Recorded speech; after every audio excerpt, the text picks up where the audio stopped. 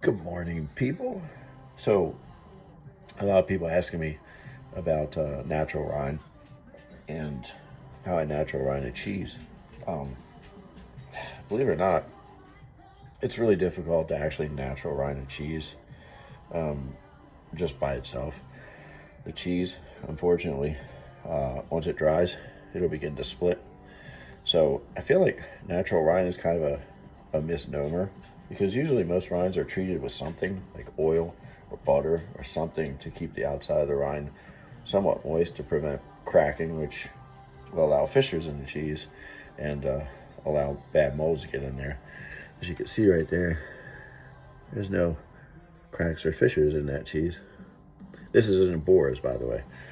This is going to be the base for this espresso paste that I'm going to use as a coating for the rind. And what that's going to do is help regulate the flow of moisture out of the cheese and keep the cheese moist at the same time so that as it ages, it won't crack and it'll have a good surface for not only for the espresso to seep into the cheese, but then we'll have some of that good mold that'll be able to grow on the top of the cheese as it's aging.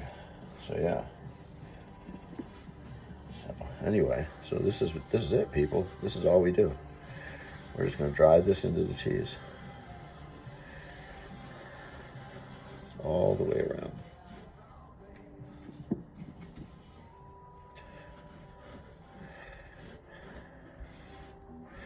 And we want to get that in there. We want to drive that into the cheese. I think we need a little more oil here.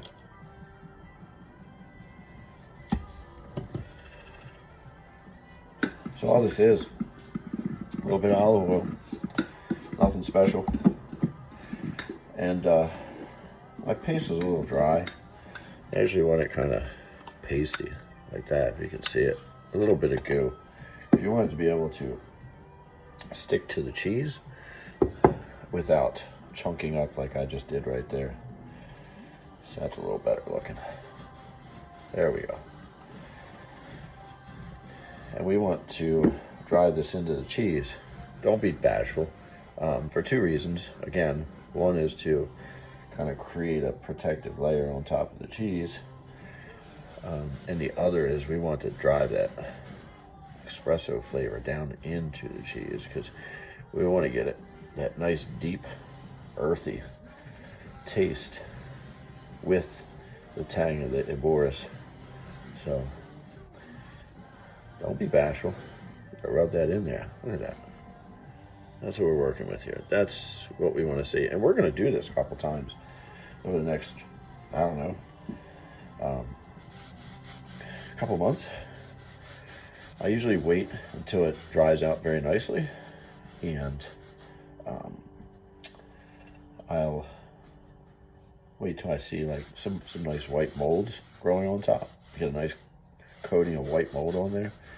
And then we'll get this back out again, make another slurry, and we'll take that, we'll drive that white mold down into that cheese.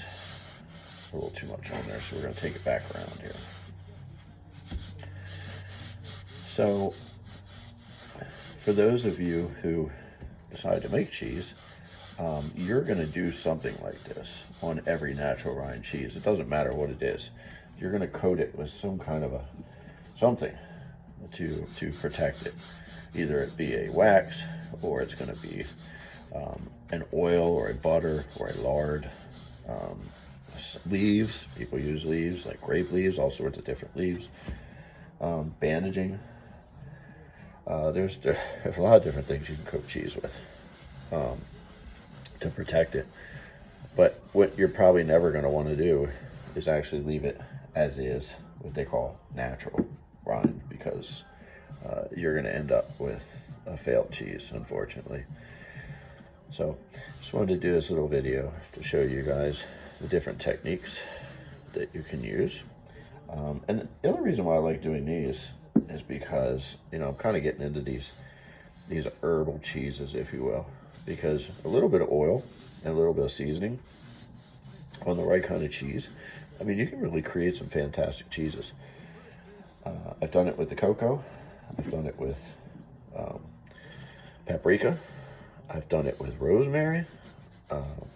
I've done it with thyme, all sorts of different seasonings. So, you know, it's once you get into making cheeses and you get comfortable with making them, there's absolutely no reason why you shouldn't go out of the box and create your own special creations. I mean, this thing, some Starbucks here, guys. I didn't even skimp. I went straight for that high dollar, highfalutin stuff. But this is it. I mean, so after we get her all done, this is what we're looking at. Look at that. That's gonna be a song. Yeah, you know it. I'm gonna call this my, how do they say it at Starbucks? Oh, I wanna get that. This is my venti, extra whippy, skinny. What's that other? I don't even know what y'all say when you go to Starbucks and you get that. You try and get that coffee, right? But you try to make it fat-free. So I sit up there and listen to people ordering their coffee like they'd be from France or something. They want that extra skinny, tall, whippy. I don't know. Well, anyway, this shit here, excuse my language, is not extra skinny. It's not whippy. It is a flippin' cheese buried in espresso. So that's it, people. Hope you enjoyed this quick little video. If you have any questions on aging or anything like that, or applications of different spices or how I age things, feel free to send me to Facebook, and I'll be glad to answer. See y'all. Enjoy your coffee.